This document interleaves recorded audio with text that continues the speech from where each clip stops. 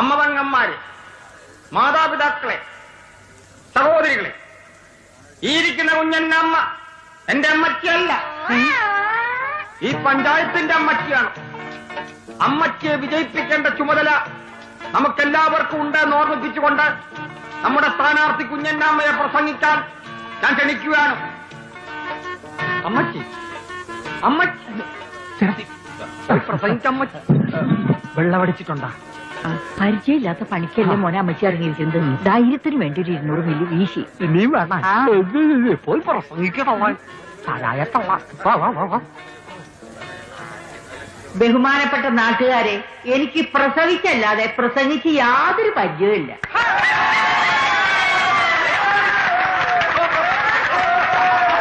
എട്ട് വീട്ടിലെ അന്തപിള്ള കാണിച്ചിട്ടുള്ള തെമ്മാടിത്തരത്തിന് 2 പെട പടയ്ക്കണമെന്ന് ഞാൻ കുറെ